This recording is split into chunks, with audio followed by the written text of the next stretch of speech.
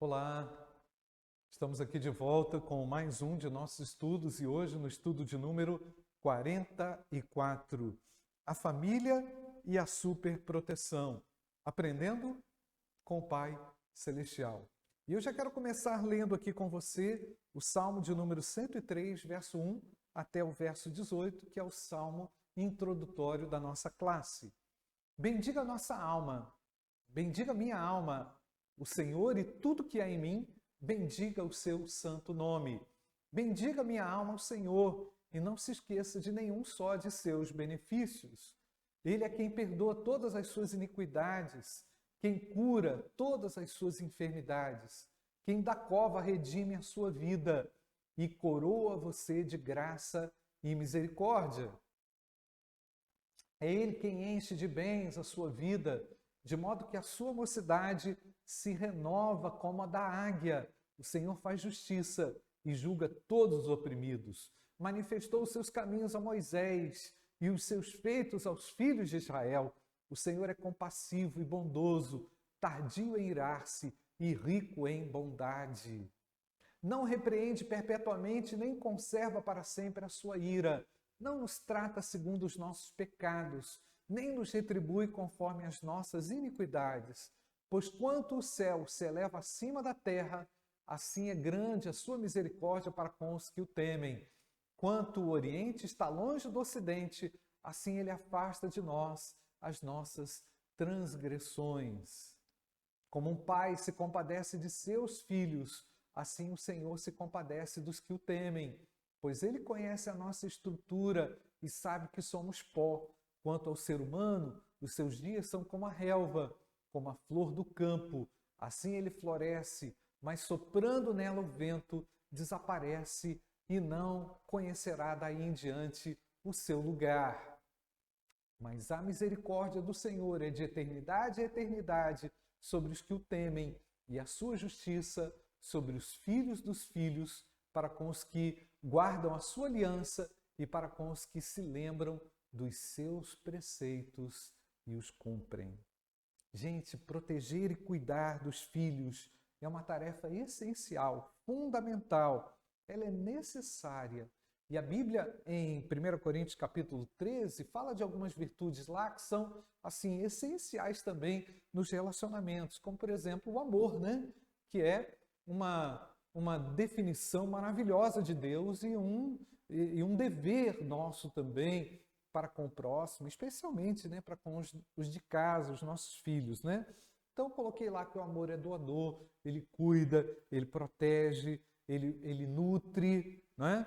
E quando os filhos são pequenos e indefesos, a proteção é uma obrigação, é um dever, né? Mas essa proteção ela vai sendo diminuída à medida que as crianças crescem e se desenvolvem. Um problema sério dos pais é eles tenderem a uma superproteção aos filhos, mesmo quando eles já são grandes, né? Os filhos, enquanto vão crescendo, a proteção que os pais dão, ela vai também diminuindo, né? Então, essa proteção ela tem que ser proporcional e, à medida que os filhos vão crescendo, vão adquirindo também autonomia, não é?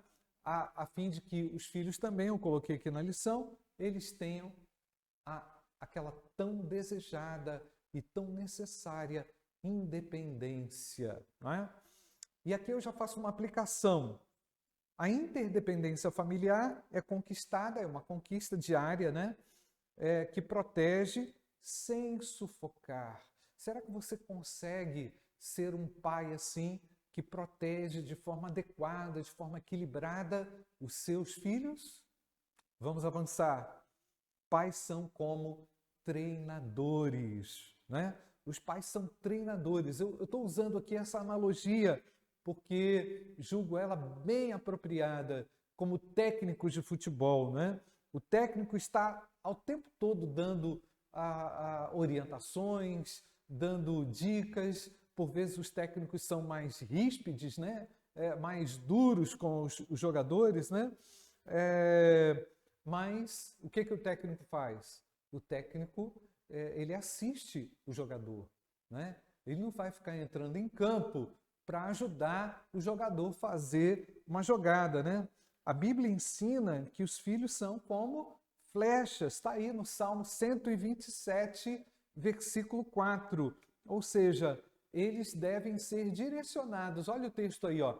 Como flechas na mão do guerreiro, assim são os filhos da sua mocidade. Eu sei que não é tarefa fácil, mas os pais precisam prover a direção certa aos filhos, né? A insegurança dos pais podem torná-los superprotetores, né? Os pais que não confiam na direção que dão aos seus filhos, né? Nem os pais que têm em Cristo a segurança podem oferecer proteção adequada, pois à medida em que nós encontramos a segurança em Cristo Jesus, nós podemos oferecer também essa segurança aos nossos filhos, né?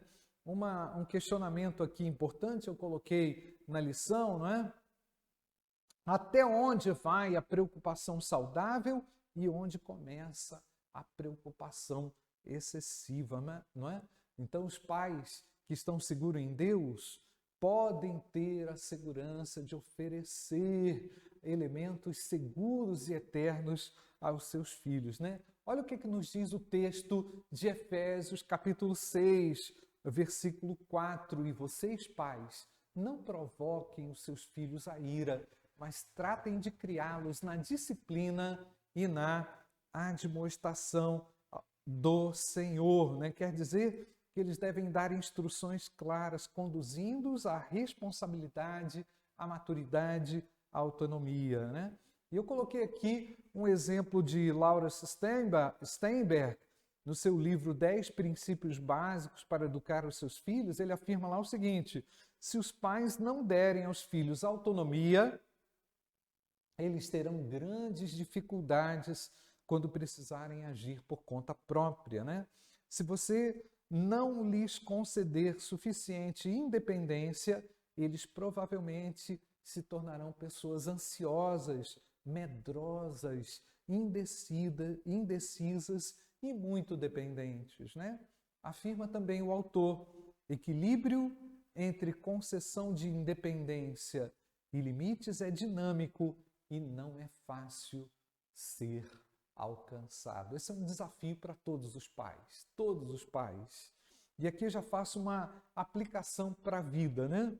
A autonomia familiar expressa a confiança no que foi aprendido através do relacionamento, possibilitando responsabilidades e formação de um bom caráter. Sua atitude demonstra confiança no ensino experimentado e em seu seio familiar? Será que há essa atitude de confiança clara no seu ambiente familiar? Vamos avançar. Pais superprotetores. De acordo com os estudos da Sociedade Brasileira de Inteligência Emocional, é na idade adulta que se refletem os mais graves e problemas relacionados à superproteção. A criança que foi superprotegida na idade adulta vai esperar superproteção das pessoas. E isso é impossível de acontecer na nossa sociedade, no convívio social, né? Quem um dia teve tudo na mão estará inseguro, se sentindo incapaz também para realizar sozinho o que tem que fazer, né? Então, a superproteção, ela traz também consigo a falta de limites na idade adulta. Esses adultos não conseguem lidar com decepções, terão dificuldades com as regras, terão dificuldades em desenvolver também a autodisciplina. Isso é gravíssimo, gente. Isso é muito perigoso. Você não quer um filho assim, né? E Deus não é um exemplo, veja bem que eu estou colocando aqui, hein? Deus não é um exemplo de um pai super protetor. Ele é um Deus justo. Ele ama na medida certa. Ele corrige os seus filhos. E Deus requer que seus filhos sejam assim também, obedientes. Vamos ver lá, Atos, capítulo 5, versículo 29, não é? Então Pedro e os demais apóstolos afirmaram: é mais importante obedecer a Deus do que aos homens. Então, Deus já quer que os seus filhos sejam também corajosos. Josué, capítulo 1, versículo 9, mais um versículo. Não foi isso que eu ordenei? Seja forte e corajoso, não tenha medo, não fique assustado, porque o Senhor, o seu Deus, estará com você por onde quer que andar. Tem mais um versículo aí, relacionado à submissão à sua vontade. Provérbios 3, versículo 5. Confie no Senhor de todo o seu coração, não se apoie no seu próprio entendimento. E mais um versículo que fala da confiança e confiante e fervorosos. Está lá em Hebreus capítulo 10, versículo 38. Mas o meu justo viverá pela fé, e se retroceder dele a minha alma não se agradará. Pais que superprotegem os seus filhos apresentam uma imagem distorcida de Deus, sabe? Então, isso é muito importante nesse ponto da nossa lição. Superproteção não contribui em nada para o desenvolvimento dos seus filhos. Pensa nisso, reflita sobre isso, né? E agora, pais segundo o exemplo de Deus. Os pais têm os pais têm a Deus como uma referência de cuidado, de amor, de proteção. Mas Deus é justo, justiça. Como já se viu, ele não superprotege ninguém. Por isso que alguns apoios e amparos podem ser perfeitamente tirados por Deus, porque ele deseja que os seus filhos percorram a vida assumindo responsabilidades na dependência saudável do próprio Deus, né? Então, vamos ver lá o que nos diz o texto de Hebreus, capítulo 12, versículo 7 até o versículo 10. Olha a importância da disciplina, né? É para a disciplina que vocês perseveram. Deus os trata como filhos. E qual filho a quem o pai não corrige? Mas se estão sem essa correção, da qual todos se tornam participantes, então vocês são bastardos e não filhos. Vamos prosseguir. Pois eles nos corrigiam por pouco tempo, segundo melhor lhes parecia. Deus, porém, nos disciplina para o nosso próprio bem, a fim de sermos participantes da sua santidade. Então, vemos bem que, por vezes, filhos que não compreendem a disciplina, eles questionam: Deus, por que você permitiu isso? Né? Ou então, por que você não me protegeu em determinada situação? Isso é muito grave, gente. Isso é uma distorção. Percebe? O indivíduo está só acostumado com proteção. Isso não é verdade, porque Deus, ele não superprotege ninguém, nem vai superproteger. Percebe, gente? Então, tem gente que confunde o amor de Deus, achando que o amor é superprotetor. Isso é um grande engano. Isso não é verdade, não é? Os pais, segundo o exemplo de Deus, amam, mas também valorizam o desenvolvimento dos seus filhos rumo à autonomia responsável. E aqui eu faço uma aplicação. Deus é exemplo de pai na formação de seus filhos. Como que você avalia a sua condição de pai e filhos nesse processo, não é? Há algo que pode ser mudado na sua experiência? Considerações finais.